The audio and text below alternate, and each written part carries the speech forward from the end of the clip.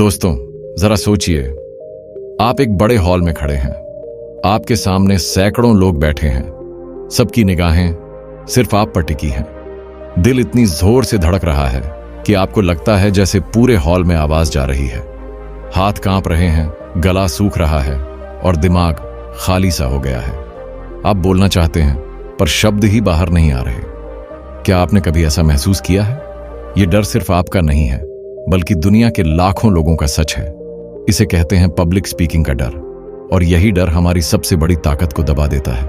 अब जरा सोचिए, अगर यही डर खत्म हो जाए, अगर आपकी आवाज मजबूत और भरोसेमंद बन जाए, तो जिंदगी कितनी अलग होगी। लोग आपकी बातों को सुनेंगे, मानेंगे, और आप भीड़ के सामने खड़े होकर अपने शब्दों से दुनिया बदल सकते हैं। यही है डेल कार्नेगी की इस किताब का असली संदेश, how to develop self confidence influence people by public speaking. और दोस्तों, आज के इस ऑडियो बुक में, जिसे आप सुन रहे हैं आपके अपने चैनल बुक बाइट ऑडियो पर, हम इस किताब की हर गहरी सीख को सादगी से समझेंगे। डेल कार्नेगी कहते हैं कि आत्मविश्वास पैदा होता है अनुभव से, लेकिन अनुभव तभी मिलेगा जब आप खुद को मौके देंगे। बहुत से लोग इंतजार करते रहते हैं कि पहले आत्मविश्वास आए फिर मंच पर जाएंगे, लेकिन सच इसका उल्टा है। पहले मंच पर जाइए, पहले बोलिए, फिर आत्मविश्वास खुद ब खुद आएगा। सोचिए, एक बच्चा जब साइकिल चलाना सीखता है तो क्या वह पहले से जानता है कि बैलेंस कैसे बनाए? नहीं, वह गिरता है, चोट खाता है, बार बार उठता है और फिर एक दिन बिना सोचे बैलेंस कर लेता है। पब्लिक स्पीकिंग भी ठीक वैसी ही है। आप बोलेंगे, शायद पहली बार में हकलाएंगे, दूसरी बार में घबराएंगे, लेकिन तीसरी चौथी बार में आप बेहतर होंगे। और यही दोहराव, यही प्रैक्टिस आपको मजबूत बना देगी। कार्नेगी ने एक बार कहा था कि अगर आप डर को हराना चाहते हैं तो डर का सीधा सामना करना सीखिए। डर को दूर से देखने से डर और बड़ा होता जाता है, लेकिन जब आप मंच पर खड़े होकर बोलना शुरू करते हैं तो धीरे धीरे वह डर सिकुड़ने लगता है। एक और गहरी बात इस किताब में कही गई है, तैयारी आत्मविश्वास की मां है। आप जितना ज्यादा अपने विषय को समझेंगे, उतना ही आसानी से बोल पाएंगे। जब आप जानते हैं कि आप क्या कह रहे हैं, तो आपको डरने की जरूरत ही नहीं पड़ती। और अगर विषय आपके दिल के करीब है, अगर आप उसी पर बोल रहे हैं जो आपने खुद जिया है, तो आपकी आवाज में एक अलग ही ताकत आ जाती है। दोस्तों, आत्मविश्वास पैदा करने का सबसे पहला कदम है खुद पर विश्वास करना। यह किताब हमें याद दिलाती है कि हर इंसान में एक कहानी है, एक आवाज है, और उस आवाज की ताकत सिर्फ तभी सामने आती है जब आप उसे दूसरों तक पहुंचाते हैं। जरा सोचिए, कितनी बार आपने कोई ऐसी बात अपने दिल में दबाकर रखी जो लोगों की जिंदगी बदल सकती थी, लेकिन सिर्फ इसलिए नहीं बोली क्योंकि आपको लगा लोग हंसेंगे या आपको जज करेंगे। यही डर हमें छोटा बनाए रखता है। डेल कार्नेगी कहते हैं कि यह सोच छोड़ दो, क्योंकि लोग आपको उतना ध्यान ही नहीं देते जितना आप सोचते हैं। हर कोई अपनी जिंदगी में उलझा हुआ है। अगर आप सच्चाई और जुनून से बोलेंगे तो लोग सुनेंगे और आपकी इज्जत करेंगे। इस किताब का एक और बड़ा सबक है प्रैक्टिकल अभ्यास। कार्नेगी कहते हैं कि अगर आपको अच्छा वक्ता बनना है तो खाली किताबें पढ़कर या टिप्स सुनकर नहीं बनेगा। आपको बोलना होगा, लिखना होगा, प्रैक्टिस करनी होगी। आप दोस्तों के बीच छोटी छोटी बातें रख सकते हैं, परिवार के सामने बोल सकते हैं, या आईने के सामने खड़े होकर भी प्रैक्टिस कर सकते हैं। जितना ज्यादा आप बोलेंगे, उतना ही डर कम होगा। और याद रखिए, बोलना सिर्फ शब्दों का खेल नहीं है, यह भावनाओं का खेल है। अगर आप दिल से बोलेंगे तो लोग आपको दिल से सुनेंगे। अगर आप सिर्फ याद किए हुए शब्द दोहराएंगे तो लोग भूल जाएंगे। फर्क पैदा होता है उस जुनून से, उस ईमानदारी से जो आपकी आवाज में झलकती है। तो दोस्तों, इस ऑडियो बुक के पहले हिस्से में हमने समझा कि आत्मविश्वास पैदा करने के लिए हमें डर का सामना करना होगा, बार बार अभ्यास करना होगा और अपने शब्दों में दिल की सच्चाई डालनी होगी। धीरे धीरे यही आदतें हमें वह वक्ता बना देंगी जिसकी आवाज में दुनिया को बदलने की ताकत होगी। दोस्तों, अब आगे बढ़ते हैं। हमने देखा कि आत्मविश्वास की शुरुआत होती है डर का सामना करने से और अभ्यास से। लेकिन अब सवाल उठता है कि हम अपनी बात को इस तरह कैसे पेश करें कि लोग न सिर्फ सुने बल्कि दिल में उतार लें। डेल कार्नेगी कहते हैं कि हर इंसान कहानियों से जुड़ता है। अगर आप अपनी बात को कहानी में पिरो देंगे तो लोग तुरंत उससे कनेक्ट करेंगे। सोचिए, जब आप किसी को सलाह देते हैं तो वह अक्सर सुनता नहीं। लेकिन वही बात अगर आप किसी अनुभव, किस्से या छोटे से उदाहरण के साथ कहें तो वही व्यक्ति ध्यान से सुनता है और लंबे समय तक याद रखता है। मान लीजिए आपको लोगों को यह समझाना है कि हार मानना सही नहीं है। अगर आप सिर्फ इतना कहेंगे कि हार मत मानो तो शायद कोई गहराई से ना ले। लेकिन अगर आप यह किस्सा सुनाएं कि थॉमस एडिसन ने बल्ब बनाने में हजारों बार असफलता झेली, तब जाकर बल्ब बना पाया, तो लोग तुरंत जुड़ेंगे। यही है कहानी की ताकत। कार्नेगी हमें बताते हैं कि आवाज और बॉडी लैंग्वेज भी शब्दों जितनी ही जरूरी है। जब आप मंच पर खड़े होते हैं तो आपकी आंखों में आत्मविश्वास झलकना चाहिए, आपकी आवाज में उतार चढ़ाव होना चाहिए। अगर आप सपाट लहजे में बोलेंगे तो लोग ऊब जाएंगे, लेकिन अगर आप हर वाक्य में अपनी भावनाएं डालेंगे तो श्रोता भी वही महसूस करेंगे। अब सोचिए, आपने कितनी बार किसी शिक्षक या नेता को सुना होगा जिनके शब्द शायद साधारण थे, लेकिन उनका बोलने का अंदाज ऐसा था कि आपको लगता था जैसे वह सीधे आपसे बात कर रहे हैं। यही असर पैदा करने के लिए आपको दिल से बोलना होगा। डेल कार्नेगी का एक बड़ा संदेश यह भी है कि ज्ञान जमा करने से ज्यादा जरूरी है उसे साझा करना। आप कितनी भी किताबें पढ़ लें, कितने भी कोर्स कर लें, अगर आप उन्हें दूसरों के साथ नहीं बांटते तो वह ज्ञान धीरे धीरे फीका पड़ जाएगा। लेकिन जब आप सीखी हुई बातों को लोगों के साथ शेयर करते हैं, उन्हें सुनाते हैं, तो वह बात और गहरी होती जाती है और आपका आत्मविश्वास और बढ़ता है। दोस्तों, एक और अहम चीज है सीधा और साफ बोलना। अक्सर लोग मंच पर जाकर कठिन शब्दों का इस्तेमाल करने लगते हैं ताकि लोग सोचें कि वह बहुत पढ़े लिखे हैं।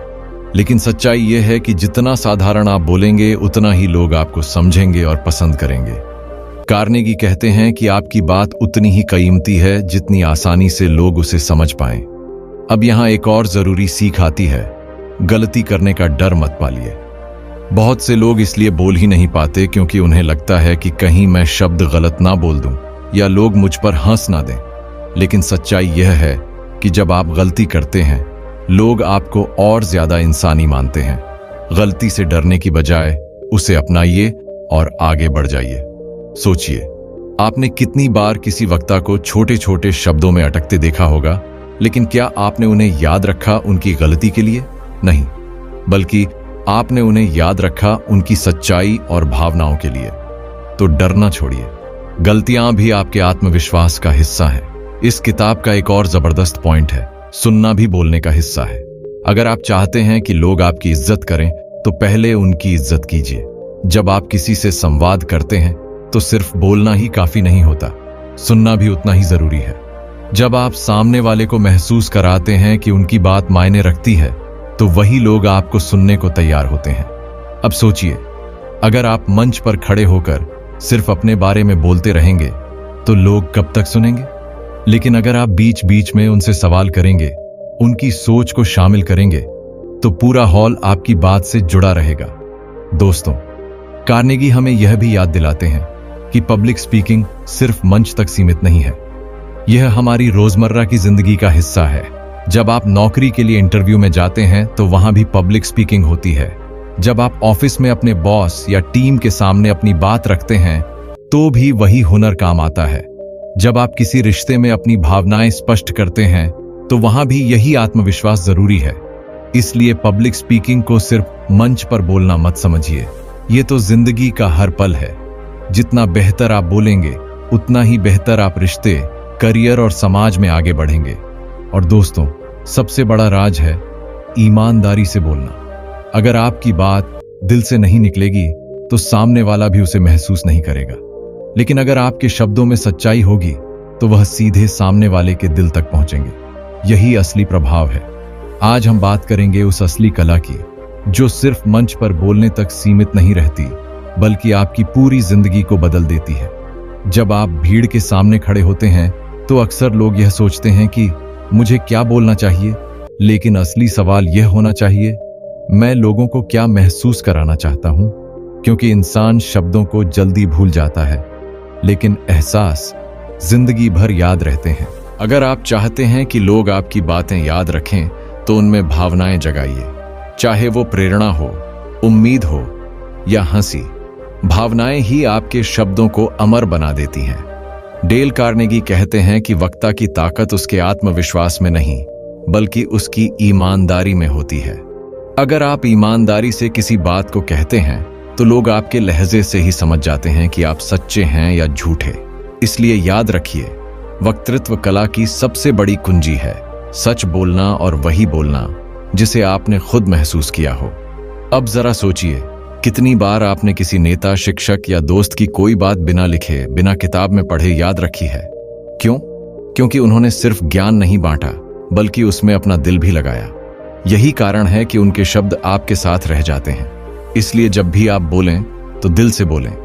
एक और जरूरी बात है तैयारी। लोग अक्सर सोचते हैं कि अच्छा वक्ता बिना तैयारी के बोल सकता है, लेकिन सच तो यह है कि हर सफल वक्ता के पीछे घंटों की तैयारी होती है। आप जितनी गहराई से अपने विषय को समझते हैं, उतनी ही आसानी से श्रोताओं को समझा सकते हैं। तैयारी सिर्फ शब्दों की नहीं, बल्कि आत्मविश्वास की नींव होती है। और हां, श्रोताओं से जुड़ना ही सबसे बड़ा मंत्र है। अगर आप चाहते हैं कि लोग आपकी बात पर ध्यान दें, तो उनकी आंखों में देखिए, उनके हाव भाव पढ़िए। ऐसा कीजिए कि उन्हें लगे कि आप उनसे ही बात कर रहे हैं, चाहे वहां 100 लोग क्यों ना बैठे हों। यही जुड़ाव उन्हें बांधे रखता है। डेल कार्नेगी बार बार कहते हैं कि आत्मविश्वास कोई जन्मजात तोहफा नहीं है। यह धीरे धीरे छोटे छोटे अनुभवों से पनपता है। हर बार जब आप बोलने के डर को पार करते हैं, तो आपका आत्मविश्वास और मजबूत होता है, और यही डर पर जीत आपको एक सशक्त वक्ता बनाती है। दोस्तों, यह भी समझना जरूरी है कि वक्तृत्व कला सिर्फ मंच पर खड़े होकर भाषण देने तक सीमित नहीं है। यह कला आपको इंटरव्यू में मदद करती है, आपके रिश्तों को बेहतर बनाती है, और यहां तक कि रोजमर्रा की बातचीत को भी प्रभावशाली बना देती है। आपकी आवाज, आपका आत्मविश्वास और आपका व्यवहार, ये सब मिलकर आपको एक ऐसा इंसान बनाते हैं जिसकी बातें लोग सुनना चाहते हैं। तो इस चौथे भाग का सार यही है, जब आप बोलें तो शब्दों से नहीं, भावनाओं से बोलें। जब आप तैयारी करें तो केवल जानकारी याद करने के लिए नहीं, बल्कि उसे जीने के लिए करें। और जब आप मंच पर खड़े हों तो डर को अपनी ताकत बना लें, क्योंकि हर बार जब आप डर पर काबू पाते हैं तो आप अपने आत्मविश्वास की एक नई मंजिल हासिल करते हैं। अब हम आगे बढ़ते हैं उन बातों की ओर जो आपके जीवन में वक्तृत्व कला को केवल एक कौशल ही नहीं, बल्कि आपकी सबसे बड़ी ताकत बना देंगी। सोचिए जरा, कितनी बार आपने किसी को बोलते हुए सुना और आपके मन में आया कि काश मैं भी इतनी प्रभावशाली तरह से बोल पाता। सच्चाई यह है कि कोई भी वक्ता जन्म से महान नहीं होता। हर महान वक्ता ने अपनी यात्रा छोटे छोटे कदमों से शुरू की है। जब वह पहली बार मंच पर चढ़ा, उसके पैरों में भी कंप कंपी थी, उसके दिल की धड़कनें भी तेज थीं, लेकिन उसने हार नहीं मानी। उसने एक एक अनुभव से सीखा, और यही अनुभव उसे आत्मविश्वास के शिखर तक ले गए। डेल कार्नेगी कहते हैं कि अगर आप सच में लोगों को प्रभावित करना चाहते हैं, तो आपको सिर्फ अपने शब्दों पर नहीं, बल्कि अपने अनुभवों पर भरोसा करना होगा। अनुभव आपकी बातों को असली वजन देते हैं। जब आप अपने जीवन की सच्ची घटनाएं साझा करते हैं, तो लोग आपके शब्दों से जुड़ते हैं। उन्हें लगता है कि यह बात किताबों की थ्योरी नहीं है, बल्कि असल जिंदगी से निकली हुई है। यही जुड़ाव उन्हें आपके करीब लाता है। अब सोचिए, वक्तृत्व कला आपके करियर पर कितना असर डाल सकती है। एक साधारण कर्मचारी और एक सफल लीडर के बीच का सबसे बड़ा फर्क उनकी बोलने की कला है। वही शब्द, वही बातें, लेकिन जब आत्मविश्वास के साथ कही जाती हैं, तो उनका असर कहीं गहरा होता है। आप अपने ऑफिस में, मीटिंग में या किसी भी पेशेवर माहौल में जब स्पष्ट और आत्मविश्वास के साथ बोलते हैं, तो लोग आपके विचारों को गंभीरता से लेते हैं। यही वक्तृत्व कला आपको भीड़ में अलग खड़ा करती है। सिर्फ करियर ही नहीं, रिश्तों में भी आपकी बोलने की कला की अहमियत होती है। घर में, दोस्तों के बीच, समाज में, हर जगह अगर आप अपने भावनाओं को सही ढंग से व्यक्त कर पाते हैं, तो रिश्ते मजबूत होते हैं। गलतफहमी की जगह समझ पैदा होती है। एक अच्छे वक्ता की सबसे बड़ी खूबी यही होती है कि वह सिर्फ बोलता नहीं, बल्कि सुनता भी है। और जब आप सुनते हैं, तो आप सामने वाले की भावनाओं को समझ पाते हैं। यही समझ रिश्तों को गहराई देती है। अब बात करते हैं एक और जरूरी चीज की, डर को दोस्त बनाने की। डेल कार्नेगी कहते हैं कि डर कभी पूरी तरह से खत्म नहीं होता, लेकिन आप उसे अपनी ताकत बना सकते हैं। हर बार जब आपका दिल तेज धड़कता है तो समझिए कि आपका शरीर आपको ऊर्जा दे रहा है। इस ऊर्जा को दबाने की बजाय उसे अपने शब्दों में डाल दीजिए। यही डर आपको और ज्यादा जीवंत और असली बना देगा। और सबसे अहम बात, खुद पर भरोसा रखिए। अगर आप अपनी क्षमताओं पर शक करेंगे तो दुनिया भी आप पर शक करेगी, लेकिन अगर आप यकीन करेंगे कि आप बोल सकते हैं तो धीरे धीरे यह यकीन सच बन जाएगा। आत्मविश्वास कोई जादू नहीं है, यह एक आदत है। और यह आदत तब बनती है जब आप बार बार अभ्यास करते हैं, गलतियों से सीखते हैं और हर बार और बेहतर बनने की कोशिश करते हैं। दोस्तों, इस 5वें भाग का सार यही है कि वक्तृत्व कला सिर्फ मंच पर खड़े होकर ताली बजवाने का साधन नहीं है। यह वह कला है जो आपको करियर में सफलता देती है, रिश्तों में गहराई लाती है और आपके आत्मविश्वास को जीवन भर संभाले रखती है। जब आप बोलना सीख जाते हैं तो आप सिर्फ अपने विचार साझा नहीं करते, बल्कि आप दूसरों के दिलों को छूते हैं, और यही सबसे बड़ी जीत होती है। अब अगले भाग में हम जानेंगे कि डेल कार्नेगी किस तरह हमें यह सिखाते हैं कि वक्तृत्व कला का अभ्यास रोजमर्रा की जिंदगी में कैसे किया जाए और यह कला कैसे धीरे धीरे आपकी शख्सियत को बदल देती है। सबसे पहले यह समझना जरूरी है कि पब्लिक स्पीकिंग केवल मंच पर खड़े होकर भाषण देने का नाम नहीं है। यह हर उस मौके का हिस्सा है जहां आप अपने विचार साझा करते हैं, चाहे वह ऑफिस में मीटिंग हो, घर में कोई महत्वपूर्ण बातचीत हो या दोस्तों के बीच कोई चर्चा। जब आप आत्मविश्वास के साथ बोलते हैं तो आपकी हर बात प्रभावशाली बन जाती है, और यही लगातार अभ्यास हमें महान वक्ता बनाता है। डेल कार्नेगी कहते हैं कि अच्छा वक्ता वही है जो खुद की बातों में विश्वास रखे। अगर आप जिस विषय पर बोल रहे हैं उसमें खुद भी यकीन नहीं करते तो सामने वाला भी उस पर भरोसा नहीं करेगा। इसलिए हमेशा वही बातें साझा कीजिए जिन्हें आपने अनुभव किया हो या जिन पर आपने गहरा विचार किया हो। यही आपकी आवाज को सच्चाई और ताकत देती है।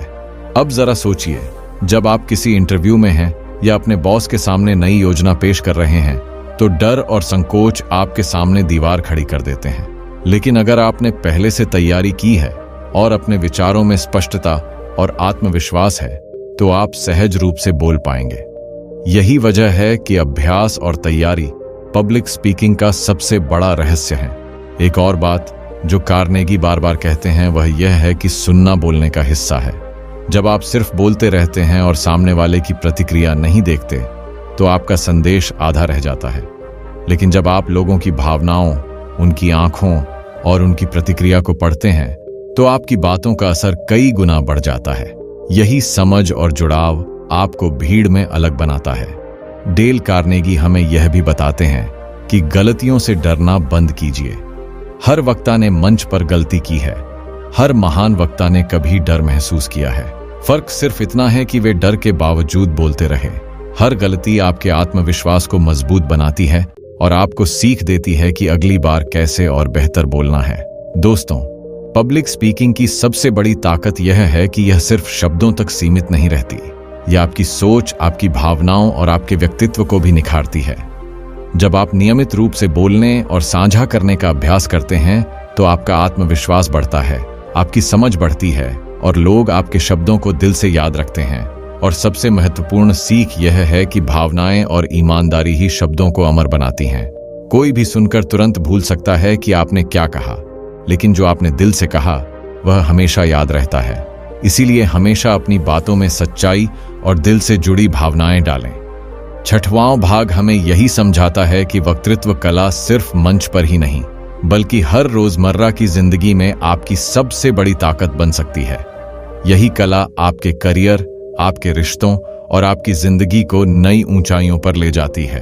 अगले भाग में हम जानेंगे कि कैसे आप इस कला का अभ्यास अपने जीवन के हर क्षेत्र में करें और इसे लगातार मजबूत बनाकर अपने आत्मविश्वास और प्रभाव को हमेशा बनाए रखें। सबसे पहले यह समझिए कि आत्मविश्वास और प्रभाव केवल ज्ञान या तकनीक का परिणाम नहीं है। यह आपकी मानसिकता, आपकी सोच और आपकी रोजमर्रा की आदतों से बनते हैं। जब आप हर दिन अपने छोटे छोटे फैसलों में आत्मविश्वासी बने रहेंगे तो बड़ा मंच और बड़ी जिम्मेदारी अपने आप आसान लगने लगेगी। डेल कार्नेगी कहते हैं कि आत्मविश्वास की शुरुआत हमेशा अपने आप पर भरोसा करने से होती है। अब सोचिए, जब आप किसी समूह में बोलते हैं और आपकी आंखों में चमक है, आपके शब्द स्पष्ट हैं और आपके विचारों में सच्चाई है तो लोग सिर्फ सुनते ही नहीं बल्कि आपकी बात को दिल से अपनाते हैं। यही वह शक्ति है जो हमें किसी भी स्थिति में प्रभावी बनाती है। इसलिए हमेशा ध्यान रखें कि आपका बोलना सिर्फ शब्द नहीं बल्कि आपका अनुभव, आपकी समझ और आपका दिल हो। डेल कार्नेगी बताते हैं कि डर को पूरी तरह से मिटाना जरूरी नहीं है बल्कि उसे नियंत्रित करना सीखिए। डर हर इंसान में होता है। मंच पर खड़े होने से पहले आपका दिल तेज धड़कता है, हाथ पसीने से भीगते हैं, लेकिन यही संकेत हैं कि आप जिंदा हैं, आप जीवंत हैं और आप आगे बढ़ने वाले हैं। डर को पहचानिए, उसे अपनाइए और उसे अपनी ताकत में बदल दीजिए। अगली सबसे बड़ी सीख है सुनने की कला। जब आप सिर्फ बोलते हैं और सामने वाले की भावनाओं या प्रतिक्रिया को नहीं समझते तो आपका प्रभाव आधा रह जाता है। लेकिन अगर आप ध्यान से सुनते हैं, उनके सवाल समझते हैं, उनकी शंकाओं का समाधान करते हैं तो आपकी बात गहराई से उनके दिल तक पहुंचती है। यही जुड़ाव और विश्वास आपको प्रभावी बनाता है। एक और महत्वपूर्ण पहलू है तैयारी और अभ्यास। डेल कार्नेगी कहते हैं कि हर महान वक्ता की सफलता की कहानी उसकी तैयारी और अभ्यास में छुपी होती है। रोज छोटे छोटे मौके ढूंढकर बोलने का अभ्यास करें। घर पर, दोस्तों के बीच, ऑफिस में, हर जगह। छोटे अनुभव धीरे धीरे बड़े आत्मविश्वास में बदल जाते हैं और जब आप बड़े मौके पर खड़े होंगे तो वही अभ्यास आपको सहज और प्रभावशाली बनाएगा। दोस्तों, इस भाग में सबसे अहम सीख यह है कि ईमानदारी और भावनाएं ही शब्दों को अमर बनाती हैं। कोई भी तकनीक या तिकड़म तब तक काम नहीं आती जब तक उसमें दिल और सच्चाई नहीं होती। जब आप अपने अनुभवों और भावनाओं को साझा करते हैं तो लोग सिर्फ सुनते ही नहीं बल्कि आपकी बातों को अपने जीवन में उतार लेते हैं। छोटा सा अभ्यास, हर दिन कम से कम एक व्यक्ति के साथ अपने विचार साझा करना। किसी मीटिंग में, किसी दोस्त से या परिवार में अपनी बातों में दिल और समझ जोड़िए। धीरे धीरे आप देखेंगे कि आपका आत्मविश्वास बढ़ रहा है, आपके शब्दों का असर बढ़ रहा है और आप हर स्थिति में प्रभावशाली बनते जा रहे हैं। 7वां भाग हमें यह समझाता है कि वक्तृत्व कला और आत्मविश्वास का सफर केवल मंच तक सीमित नहीं है। यह आपकी जिंदगी का हर हिस्सा है। आपके करियर, आपके रिश्तों और आपके समाज में आपकी पहचान का हिस्सा। जब आप इन सिद्धांतों को अपनाते हैं तो आप सिर्फ बोलने वाले नहीं बल्कि जीने वाले भी बदल जाते हैं। अगले भाग में हम इसे और आगे बढ़ाएंगे और डेल कार्नेगी की सभी सीखों को समेटते हुए समाधान और अभ्यास के तरीके पर ध्यान देंगे ताकि आप इस कला को अपने जीवन में पूरी तरह अपनाकर सशक्त बन सकें। सबसे पहली बात जो याद रखनी है, अभ्यास और निरंतर सुधार। डेल कार्नेगी कहते हैं कि आत्मविश्वास कोई जन्मजात गुण नहीं है, यह आदत और अभ्यास से बनता है। इसलिए रोजाना छोटे छोटे मौकों का फायदा उठाइए। चाहे घर में कोई बात साझा करनी हो, ऑफिस में मीटिंग करनी हो या दोस्तों के बीच अपने विचार रखना हो, हर बार बोलना और अपनी बात को स्पष्ट रखना अभ्यास का हिस्सा है। यह रोजमर्रा की मेहनत धीरे धीरे आपको आत्मविश्वासी और प्रभावशाली बनाती है। दूसरी सबसे महत्वपूर्ण सीख है सच्चाई और ईमानदारी। आपकी बोलने की ताकत सिर्फ शब्दों में नहीं बल्कि आपके अनुभव, आपकी भावनाओं और आपकी ईमानदारी में है। जब आप अपने अनुभव साझा करते हैं और सच बोलते हैं तो लोग आपकी बातों को सिर्फ सुनते ही नहीं बल्कि उनके दिल में उतार लेते हैं। इसलिए हर शब्द में दिल और समझ डालिए क्योंकि यही वह चीज है जो हमेशा याद रहती है। तीसरी सीख है डर को दोस्त बनाना। डेल कार्नेगी बताते हैं कि डर कभी पूरी तरह खत्म नहीं होता लेकिन आप उसे नियंत्रित कर सकते हैं। जब भी आपका दिल तेज धड़कता है या हाथ कांपते हैं, समझिए कि यह आपके शरीर की ऊर्जा है। इस ऊर्जा को अपने शब्दों और हाव भाव में डालिए। यही डर आपको और जीवंत और आपकी बातें प्रभावशाली बनाता है। चौथी सीख है सुनने की कला। जब आप सिर्फ बोलते हैं और सामने वाले की प्रतिक्रिया नहीं देखते तो आपका प्रभाव आधा रह जाता है। लेकिन अगर आप ध्यान से सुनते हैं, उनके सवाल समझते हैं और उनकी भावनाओं का सम्मान करते हैं तो आपकी बात गहराई से उनके दिल तक पहुंचती है। यही जुड़ाव आपको भीड़ में अलग बनाता है और आपकी बातों को हमेशा यादगार बनाता है। अब बात करते हैं शारीरिक भाषा और हाव भाव की। डेल कार्नेगी बताते हैं कि आपकी बॉडी लैंग्वेज आपके शब्दों से ज्यादा महत्वपूर्ण होती है। अगर आप कहते हैं कि मैं आत्मविश्वासी हूं लेकिन आपका शरीर डर दिखाता है तो कोई आपकी बात पर यकीन नहीं करेगा। इसलिए अपने हाव भाव, हाथों की हलचल, आंखों की चमक और चाल को अपने शब्दों के अनुरूप बनाएं। यही आपके प्रभाव को कई गुना बढ़ा देता है। एक और अहम टिप, छोटे लक्ष्य बनाइए और धीरे धीरे बड़ा बनाइए। हर बार परफेक्ट बनने की कोशिश मत कीजिए। शुरुआत में छोटे छोटे बोलने के मौके पकड़िए। धीरे धीरे आपका आत्मविश्वास बढ़ेगा, आपकी बोलने की कला निखरेगी और बड़े मंच पर बोलना सहज लगने लगेगा। दोस्तों, अब हम आते हैं सबसे महत्वपूर्ण अभ्यास पर, रोजमर्रा की जिंदगी में वक्तृत्व कला का इस्तेमाल। हर दिन कम से कम एक व्यक्ति से अपने विचार साझा कीजिए। अपने शब्दों में सच्चाई, भावनाएं और स्पष्टता डालिए। किसी मीटिंग में, दोस्तों के बीच या परिवार में हर अवसर का फायदा उठाइए। धीरे धीरे आप देखेंगे कि आपके शब्दों का प्रभाव बढ़ रहा है, लोग आपकी बातों को ध्यान से सुन रहे हैं और आपका आत्मविश्वास लगातार मजबूत हो रहा है। अंत में डेल कार्नेगी हमें यह सिखाते हैं कि आत्मविश्वास और प्रभाव का सफर जीवन भर चलता है। इसे एक दिन में नहीं सीखा जा सकता। यह निरंतर अभ्यास, अनुभव और सीखने की चाह से बनता है। अगर आप इन सिद्धांतों को अपनाते हैं, सत्य बोलते हैं, डर को नियंत्रित करते हैं, दूसरों को सुनते हैं, तैयारी करते हैं और रोजमर्रा की जिंदगी में अभ्यास करते हैं, तो आप न सिर्फ एक बेहतरीन वक्ता बनेंगे, बल्कि एक सशक्त, प्रभावशाली और आत्मविश्वासी इंसान भी बनेंगे। तो दोस्तों, यही था how to develop self confidence influence people by public speaking का अंतिम हिस्सा। इसे अपनाइए, अभ्यास कीजिए और अपने जीवन में आत्मविश्वास और प्रभाव की नई ऊंचाइयों को छूइए। बुक बाइट ऑडियो के साथ जुड़े रहिए, क्योंकि हम आपको हर किताब की असली सीख और जीवन बदलने वाले संदेश आपके दिल तक पहुंचाते रहेंगे।